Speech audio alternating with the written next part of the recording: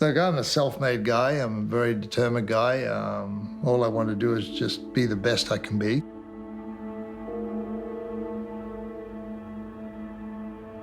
Whether that was playing the game of golf between the ropes and end up being #1 player in the world, I never had the ambition to be #1 player in the world. I never was like Jason Day and said, I want to be the best #1 player in the world.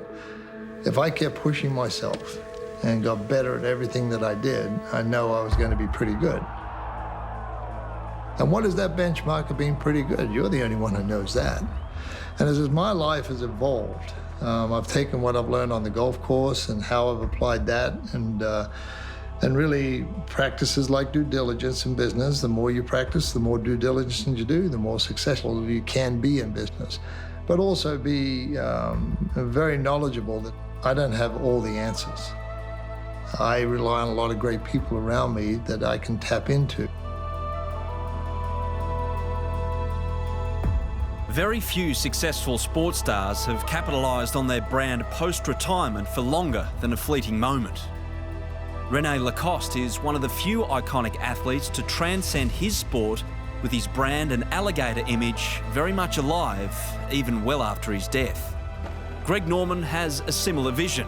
For 3 decades, he's been building his fortune. In 2012, this was estimated to be around $235 million. The majority of his business has been offshore, mostly out of view of Australian eyes. Who knew that Norman has his own line of wine and Wagyu beef?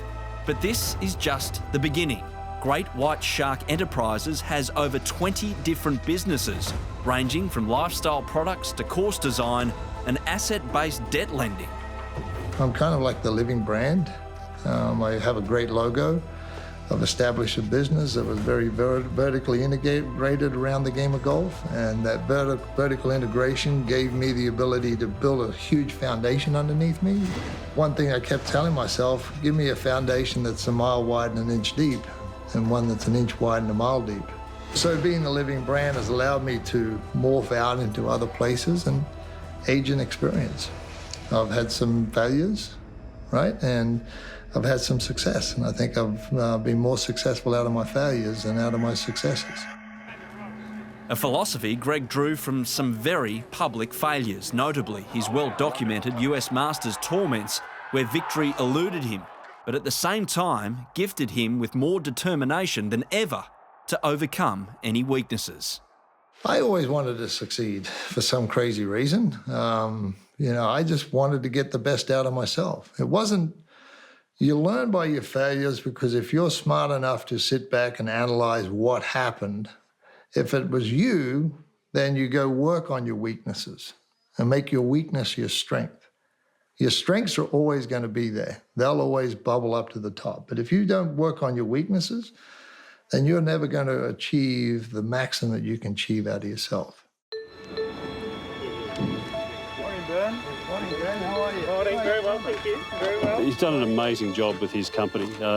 So the way that he leverages his brand, the way that he finds new businesses, taking existing businesses and integrates them into others, leveraging them.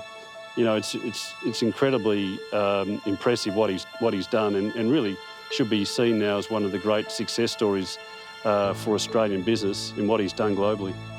So just how did a golfer from Mount Isa become a global brand? This is where the parallel begins with Lacoste. Both athletes were gifted their monikers by the press. In 1922, a journalist nicknamed Lacoste the Alligator. Some 60 years later, Gregory John Norman inspired a newspaper reporter with impressive play at Augusta, and Norman has run with his nickname ever since. My shark nickname came in 1981 when I was leading the Masters for the first time in the tournament. After 2 rounds, I woke up, the headlines in the paper, Great White Shark leads the US Masters, because I had blonde hair, I played golf aggressively, I grew up in Australia, home of the Great White Shark. South Africans will argue with you a little bit, but home of the Great White Shark. And lo and behold, that's how that started back in basically 81. Greg was also famous for his broad-brimmed hat, at the time an unusual choice for golf. So armed with his growing popularity, a catching tag and iconic hat, Norman teamed up with Paul Fireman of Reebok to launch the Greg Norman collection in the late 1980s. It was his early enterprises outside of golf that allowed him to see the bigger picture and understand the limitations his relationship with his management company imposed. To them, he was disposable with an expiry date. And this didn't sit comfortably with the Great White Shark. And I was still with the management company at the time. And I learned very, very quickly with the management company, you're a pass-through entity. Every sportsman and woman who's represented by a management company is a pass-through entity because your life cycle in sport is a defined period of time, whether you're successful or whether it's your age or whether it's injury. So a management company is never going to build equity in your brand. So I determined very fast that, first of all, I had a logo. I was understanding branding and marketing. I had the power and the might of a distribution of Reebok. So I started to really put things together very, very fast. And I figured, okay, if I want to get out of the game of golf, which I knew I wasn't going to be the #1 player in the world forever, what was going to be my exit strategy? How was I going to position myself going into my late 40s, into my 50s, into my 60s, and then further on with life if you want to keep it. So I made this massive decision in 1992, 93 to not re-sign with the management company and invest in myself. And I started Great White Shark Enterprises in the end of 1993. I went and hired a few people and started with a small office. And I learned very, very quickly that corporations came knocking on my door wanting to be more involved with me because of my brand and my reputation. In case you hadn't noticed, Norman is a free thinker and didn't just ruffle the feathers of his management, IMG. He was vocal on the course too. As the #1 player for 331 consecutive weeks, he understood he was adding a lot of value to the game, but felt the players were not being compensated for their pulling power. The Great White Shark didn't shy away from challenging the very conservative establishment, and even tried, however unsuccessfully, to establish breakaway tournaments to address the inequity. You've got to have that ability to have a piece of the total pie, not just get carved out and just get a little tiny piece of a big pie, I mean. So, I asked some really hard questions, and I wanted this and I wanted that because I figured, hey, I'm a needle mover. And there are a few of them. Tiger Woods was a needle mover. Jack Nicklaus was a needle mover. Arnold Palmer was a needle mover. You can go down the list. I can go into every sport and you can tell. And then there are great athletes, male and female, who don't move the needle. Why? Because maybe they're boring, or maybe they're this, or maybe they're that, but they're just happy to go along, and they're happy to make their prize money, and they're happy to get this, and they're just staying over here because they don't want the responsibility that comes with everything else. Whilst kicking against the establishment, Norman learnt a great deal about how business functioned and has surrounded himself with the right people to succeed in the many enterprises he's set up. He's a great student and, like Lacoste, he's got a vision for the future that goes beyond his lifetime. My legacy, playing golf was just the first part of my life. And then there's a second part of my life, and then there's going to be a third part of my life, whatever that is, and that's going to be your legacy post your death, right? I gave a corporate retreat about 1.5 years ago, and I gave a 200-year horizon. And my staff looked at me and said, "Well, you crazy? A 200-year?" I said, "Why not?"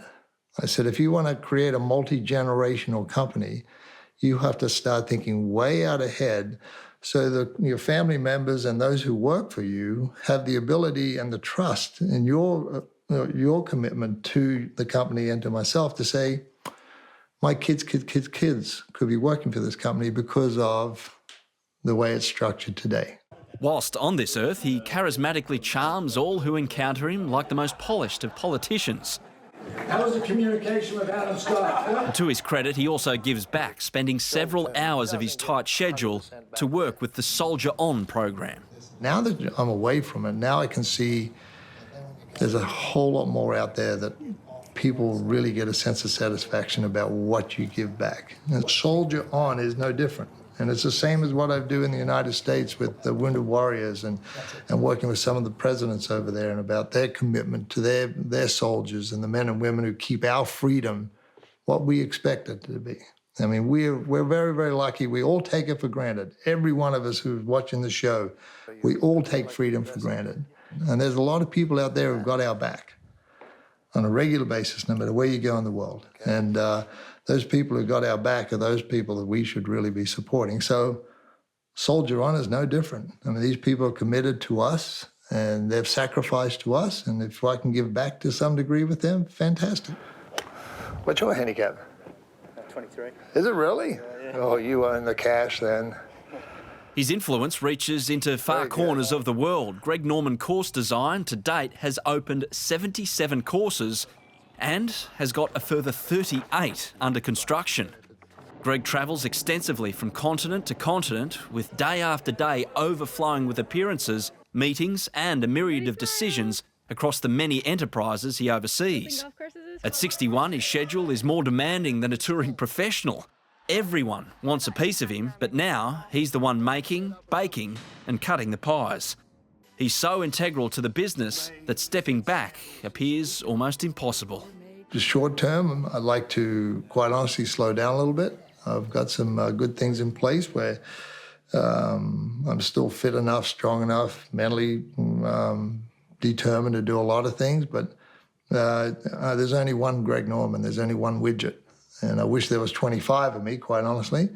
But there is only one. And whenever I go somewhere, whether it's here or whether to Eastern Golf Club to open it tomorrow, or whether I fly back to the United States and have to go to New York for meetings, there's only one person who can really give the answer that needs to be given for the company.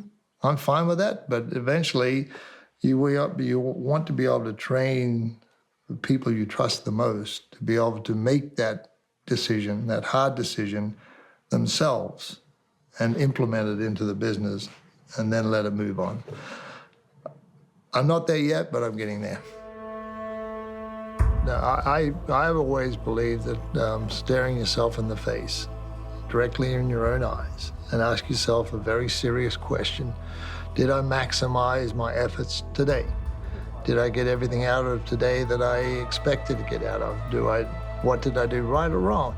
It is impossible to lie to yourself. If I get down and out, and quite honestly, I'm a human being. You do get down and out. You can sit there and you can have a conversation with yourself in the mirror. It doesn't have to be half an hour long, right?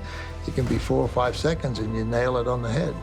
But, you can pull yourself out of a dark hole very, very quickly if you look at yourself in the eye and question yourself and talk to yourself and remind yourself what you do have and what you have done and what you can achieve.